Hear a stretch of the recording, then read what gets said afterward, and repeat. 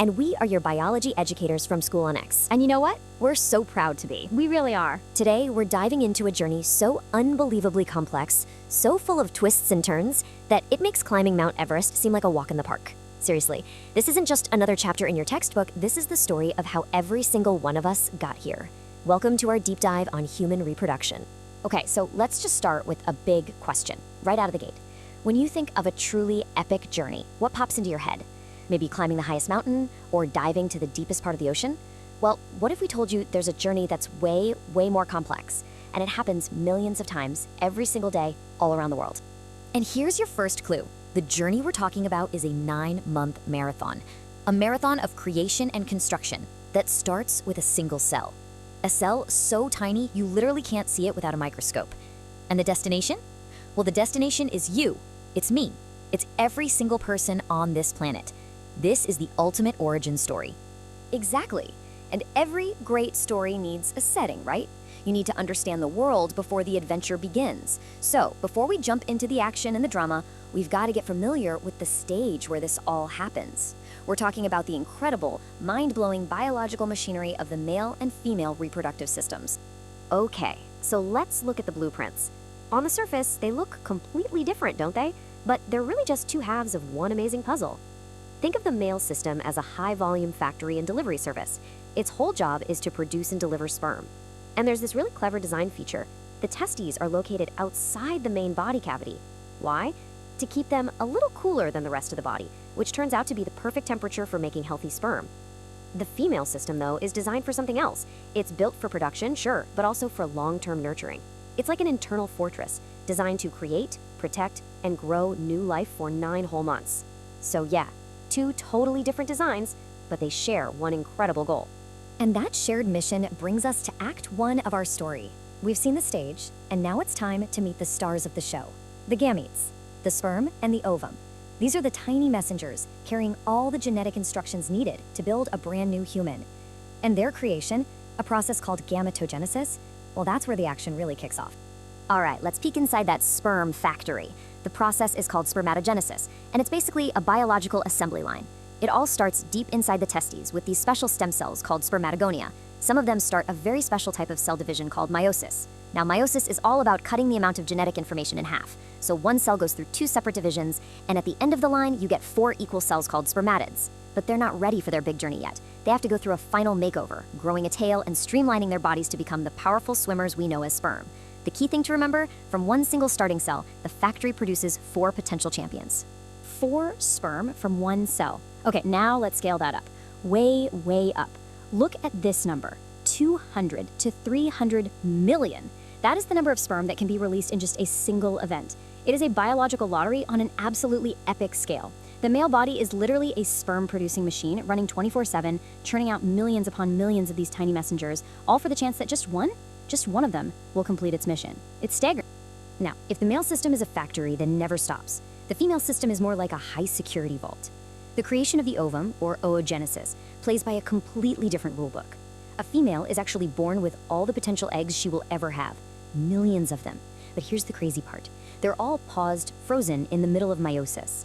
By the time she reaches puberty, that number has dropped to about 60 to 80,000 in each ovary. So instead of non-stop mass production, the strategy here is all about preserving a limited, precious supply.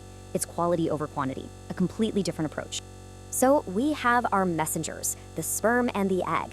Now we need to prepare the meeting place. And that brings us to Act 2, setting the stage. You see, the menstrual cycle isn't just a monthly event. You have to think of it as a complex 28-day-long preparation. It's the body carefully and meticulously getting the perfect environment ready, just in case a pregnancy is about to begin. And this entire preparation is run by a delicate dance of hormones. Let's walk through it. The cycle kicks off with the menstrual phase. That's basically the body clearing out the old uterine lining if no pregnancy occurred last time.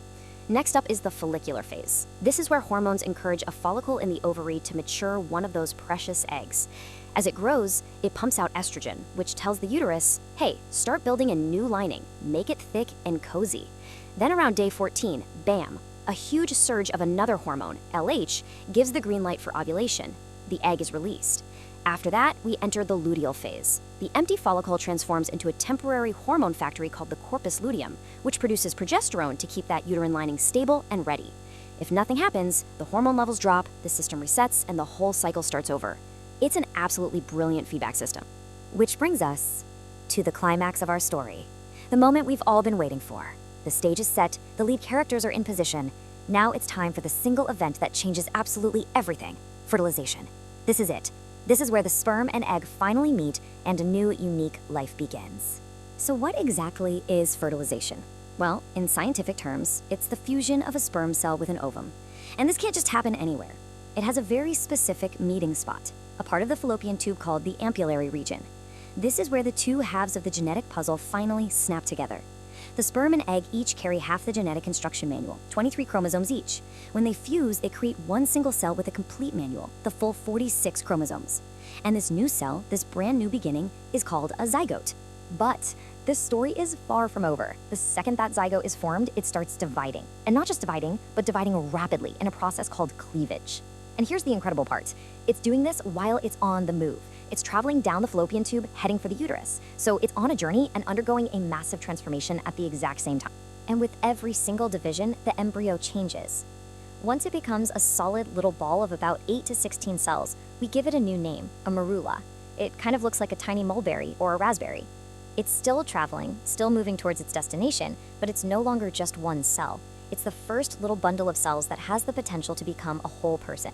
Okay, the morula continues to divide and starts to change its structure, forming a hollow ball of cells we call a blastocyst. And this change is absolutely critical. The blastocyst has an outer layer of cells that will eventually form the placenta, and an inner group of cells that will become the embryo itself. This blastocyst finally arrives in the uterus and does something amazing.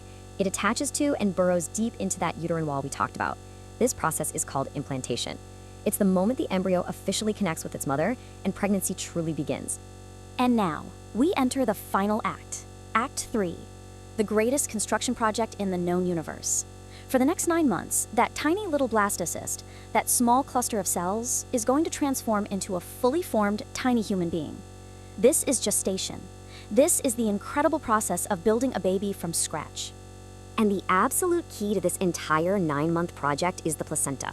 It is an unbelievable organ. It's a temporary life support system that's actually built by both the mother and the embryo. It works as the baby's lungs, its digestive system, and its kidneys, all rolled into one. Through the umbilical cord, it delivers all the oxygen and nutrients the baby needs, and it takes away all the waste. It is the ultimate lifeline. And with that lifeline securely in place, the speed of development is just breathtaking. Let's just look at a few highlights. By the end of the very first month, the embryo's heart has formed and is already beating. Just think about that, a tiny, flickering heartbeat. By the end of month 2, it's a fetus with arms, legs, fingers, and toes. By the end of the first trimester, all the major organ systems are there. Then, around month 5, those first unforgettable movements can be felt. It's a constant, tangible reminder of the miracle that's happening, from a single cell to a tiny, kicking human. It's just incredible. And that takes us to the grand finale of this epic story, parturition. You probably know it better as childbirth. After 9 months of non-stop growth and development, the baby is finally ready to mate the world. And what's so cool about this is that the baby actually helps kick off the whole process. The baby sends the signal saying, "Okay, I'm ready." The whole thing is driven by what we call a positive feedback loop. It works like this. The baby and placenta send a signal that starts some mild uterine contractions. These contractions send a nerve impulse to the mother's brain, telling it to release a hormone called oxytocin. Oxytocin travels to the uterus and makes the contractions stronger. And guess what? The stronger contractions send an even stronger signal back to the brain, which releases even more oxytocin. It's a self-amplifying cycle that just builds and builds in intensity until the baby is born. It's a spectacular display of the body's power. Wow. So we've gone from a single cell all the way to a newborn baby. But there is one last fascinating piece of the puzzle we need to talk about. It's a scientific fact that can sometimes be misunderstood.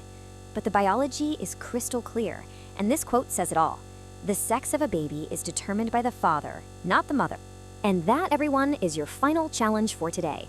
We want you to think back to what we learned about gametes, about the chromosomes carried by the egg and the chromosomes carried by the sperm.